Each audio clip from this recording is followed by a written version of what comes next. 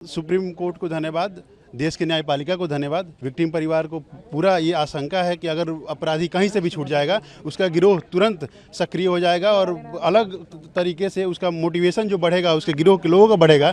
जो बचे खुचे परिवार के लोग हैं उसको भी मार और मिटा दिया जाएगा। विक्टिम के चाचा हैं, किस प्रकार के? विक्टिम के चाचा का मैं वकील हूँ। उनके ऊपर और भी उनके प्रॉपर्टी को बर्बाद करने के लिए, उनके चीज़ों को तरीके के ख़त्म करने के लिए, फाइनेंशियली तो बैकबोन को तोड़ने के लिए ये दबाव बना था।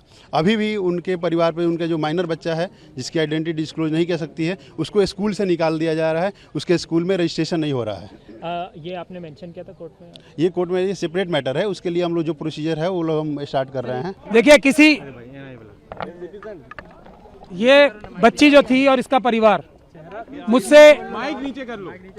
मुझसे ये रोज पूछ रहा था कि क्या अब हम अगले 5 मिनट जिंदा रहेंगे या नहीं रहेंगे।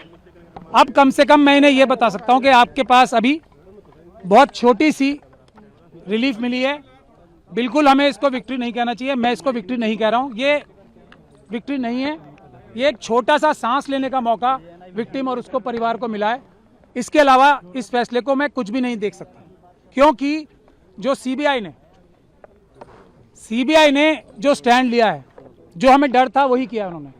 बहुत लिमिटेड पॉइंट पे स्टैंड लिया है उन्होंने, और जो हमारे सबसे मजबूत ग्राउंड थे उनको रेज ही नहीं किया, जो जजमेंट में भी मौजूद हैं।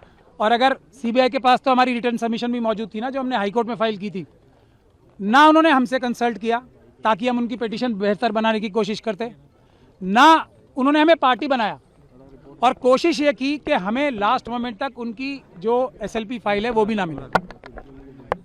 तब आज भी, लेकिन मैंने आपको पहले भी कहा है, इस बच्ची और इसके परिवार के खिलाफ इतने ज़्यादा अत्याचार हुए हैं, इतने ज़्यादा सबूत मौजूद हैं कि अगर इतनी सी भी बात की जाएगी ना, तो कोई भी जज, कोई भी अदालत इस बच्ची के ही पक्ष में फैसला देगी।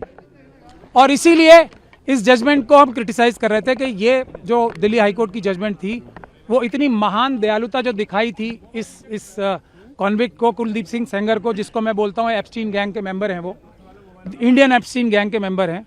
उनके बहुत बड़ा गैंग भी है। और आज आप लोगों ने अंदर भी देख लिया होगा कि हम लोगों की संख्या इतनी सी थी उन लोगों की संख्या के आगे, और हमें दोनों तरफ से मुकाबला करना पड़ रहा था, इस तरफ से भी और उस तरफ से भी। मुझे खुशी है, मैं सत्यमेव जयते ही बोलना चाहूँगी, और मैं चाहती हूँ कि हमारे देश की जिस जनता का सहयोग रहा इस बिटिया के साथ, आप लोगों का तो सबसे ज़्यादा सहयोग रहा, मीडिया बंधुओं का तो सबसे ज़्यादा सहयोग रहा, और डे 1 से आप लोग सपोर्ट कर रहे हैं इस पीड़िता को, उसकी वजह से। और स्पेशली सुप्रीम कोर्ट ने भी बहुत सेंसिटिविटी से इसको डील किया है, हमें इस चीज़ को अप्रिशिएट करना चाहिए। हाई कोर्ट का ऑर्डर बहुत गलत था और सुप्रीम कोर्ट ने इस बात को समझा, और ना कि समझा, एक कदम आगे बढ़कर बहुत सारे पॉइंट्स उन्होंने बताए हैं जो कि आपसे शेयर कर लिए जाएंगे। और मुझे लगता है ये सिर्फ इस पीड़िता की जीत नहीं है, उस हर पीड़िता की जीत है, और उस महिला की जीत है, उस बेटी की जीत है जो अपने न्याय की लड़ाई को छोड़ देती है, या वो सोचती है कि हमें न्याय मिलेगा ही नहीं तो हम रिपोर्ट ही नहीं करते।